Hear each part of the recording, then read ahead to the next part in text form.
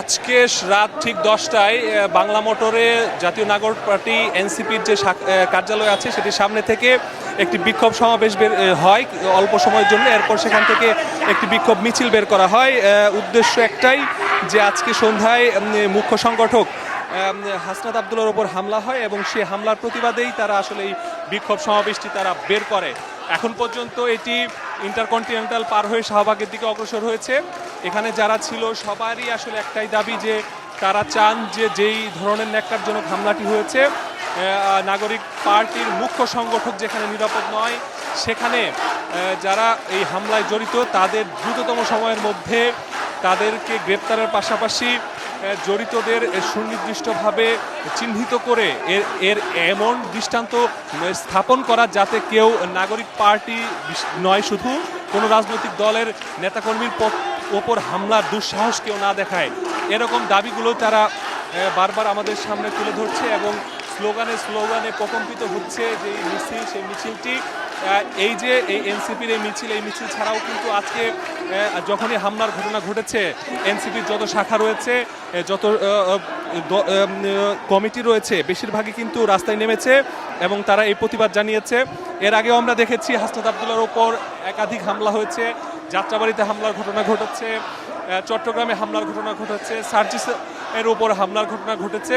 তো একের পর এক এমন ঘটনায় তারা আসলে ক্ষোভে ফুঁসে উঠেছে তাদের যে ক্ষোভ, এবং তারা যতক্ষণ পর্যন্ত না এই হামলায় যারা জড়িত তাদের আইনের আওতায় আনা হবে ততক্ষণ পর্যন্ত তাদের এই আন্দোলন তারা চালিয়ে যাবে। এখানে অনেকেই অংশগ্রহণ করেছেন এই বিক্ষোভে। আমরা দুই একজনের সাথে যদি কথা বলতে চাই যে তাদের যে দাবি দেওয়া সেই দাবি দেওয়ার কি দাবি দেওয়া নিয়ে আসলে তারা এসেছেন বা তাদের কোনো দাবি দেওয়া আছে কিনা। এখানে অন্যতম সমন্বয়ক আমরা মাহিন সরকারকে দেখছি। মাহিন সরকারের সাথে যদি একটু কথা বলার চেষ্টা করি আমরা। মাহিন, আপনি শুরু থেকেই ছিলেন, আজকের এই বিক্ষোভটি কত দূর পর্যন্ত যাবে আর কি দাবি দেওয়া আছে এখন পর্যন্ত আছে আপনাদের? বিপ্লবী হাসনাত ভাইয়ের উপরে আক্রমণ হয়েছে, আপনারা জানেন। আমরা মনে করছি যে যারা এই গণ অভ্যুত্থানের সাথে জড়িত ছিল প্রতিটি ব্যক্তির জীবন আজকে হুমকির মুখে। আসলে আমাদের কিছু বলার নেই, আমাদের শুধু একটাই দাবি, অতি দ্রুত সময়ের মধ্যে যারা হামলা করেছে এবং যারা আওয়ামী লীগের দোসর আছে তাদেরকে নিষিদ্ধ করে তাদেরকে বিচারের আওতায় আনতে হবে। ধন্যবাদ মাহিন সরকার। তিনি অন্যতম সমন্বয়ক ছিলেন বৈষম্যবিরোধী ছাত্র আন্দোলনের, এখন যুগ্ম আহ্বায়ক হিসেবে আছেন নাগরিক পার্টিতে। তিনি যেমনটি জানাচ্ছিলেন অনেক নারী সহকর্মী আছে, তাদের সাথেও একটু কথা বলতে চাই যে আপনাদের দাবি দেওয়াগুলো কি।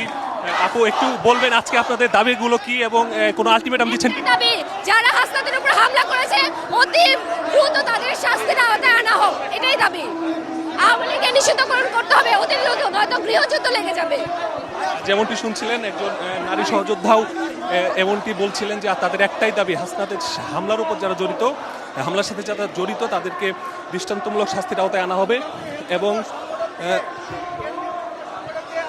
তারা এটি বলছে সবাই যে এখন পর্যন্ত একটাই তাদের দাবি, দ্রুততম সময়ের মধ্যে হামলাকারীদেরকে আনতে হবে। এবং আরও একজন সংগঠক এখানে আছেন, তার সাথে আমরা একটু কথা বলতে চাই।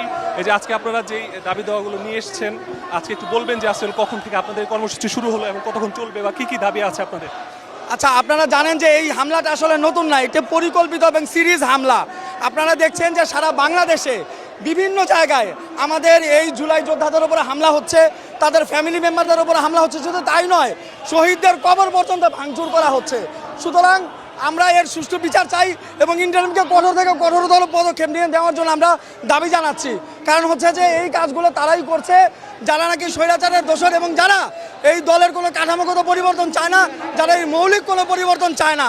এবং প্রত্যেকবার যখন আমরা এই মৌলিক পরিবর্তনের জন্য গিয়েছি, আপনারা জানেন যে প্রত্যেকবার এই বিভিন্ন মহল থেকে আমাদের এই বাধাগুলো আসছে এবং এই জুলাইয়ের যে যারা শহীদ হয়েছে তাদের এই আত্মত্যাগকে আমরা বৃথা যেতে দিতে পারি না, কিন্তু এর সর্বব্যাপী একটা আয়োজন আমরা দেখতে পাচ্ছি।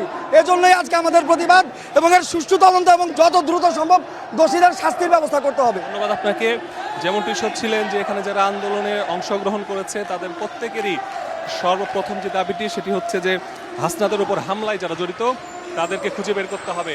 এই মিছিলটি এই মুহূর্তে শাহবাগে পৌঁছে গেছে এবং শাহবাগ থেকে কিছু দূর সামনে ঢাকা বিশ্ববিদ্যালয়ের রাজু ভাস্কর্যে সেখানেও একটি হলপাড়া থেকে একটি মিছিল বের হয়েছে একই দাবিতে।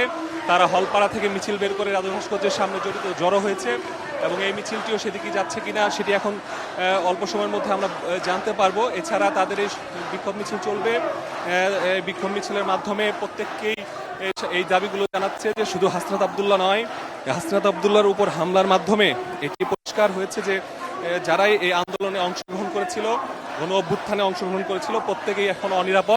প্রত্যেকের নিরাপদ ভাবে যাতে রাজনীতি করতে পারে সেই পরিবেশ তৈরি করতে হবে। নিরাপত্তার ক্ষেত্রে যে ধরনের ব্যবস্থা গ্রহণ করা দরকার সে ধরনের ব্যবস্থা যাতে এই অন্তর্বর্তীকালীন সরকার গ্রহণ করে সেই দাবি তারা জানিয়েছে। তারা কোনোভাবেই আর কোনো ছাড় দেওয়ার কোনো সুযোগ নেই। তবে এখানে অনেকেই সন্দেহ করেছে এবং দাবি করেছে যে এই হামলার পেছনে আওয়ামীর দোসররা জড়িত এবং তারা এই হামলায় ঘটিয়েছে এবং সেটি তারা আসলে বারবার তুলে ধরার চেষ্টা করছে। এখনও যারা জুলাই গণহত্যায় জড়িত এবং যাদের নামে মামলা হয়েছে অনেকে এখনো গ্রেপ্তার হয়নি এবং তাদেরকে দ্রুত গ্রেপ্তারের মাধ্যমে এই যে কিছু সময় পরপরই ষড়যন্ত্র বিভিন্নভাবে সেই ষড়যন্ত্রগুলো রুখে দেওয়ার জন্য তারা এই দাবিগুলো তারা জানিয়েছে বারবারই, যে যারা এই জুলাই গণ অভ্যুত্থানে যারা শহীদ হয়েছে এইসব মামলায় যারা আসামি, হত্যা মামলায় অনেকে আসামি হওয়া সত্ত্বেও এখনো আইনের আওতায় আসেনি, সে সকল আওয়ামী দোসরদের এই আইনের আওতায় আনতে হবে এবং এই যে ষড়যন্ত্র তাদের সেই ষড়যন্ত্র রুখে দেওয়ার জন্য যথাযথ পদক্ষেপ তাদের নিতে হবে। এইরকম দাবি দাওয়ায় তারা আসলে করছে এবং তারা এই বিক্ষোভ মিছিলটি এখন শাহবাগে এসে পৌঁছেছে। তারা শাহবাগ থেকে মিছিলটি ঘুরে আবারও তারা তাদের যে কার্যালয় আছে বাংলা মোটর সেই কার্যালয়ের দিকে নিয়ে যাওয়ার জন্য তারা মিছিলটি পাশে শাহবাগের দিকে তারা এখন মিছিলটি ঘুরিয়ে নিয়েছে এবং এখন থেকে তারা আবারও বাংলা মোটরের দিকে তারা যাবে এবং বাংলা মোটর যেতে তাদের কার্যালয় যেখান থেকে শুরু হয়েছিল সেখানে গিয়ে তাদের এই মিছিল শেষ করবে বলে এখন পর্যন্ত আমরা জানতে পেরেছি। এই ছিল আসলে আমার কাছে এনসিপির বিক্ষোভ মিছিল থেকে সর্বশেষ তথ্য।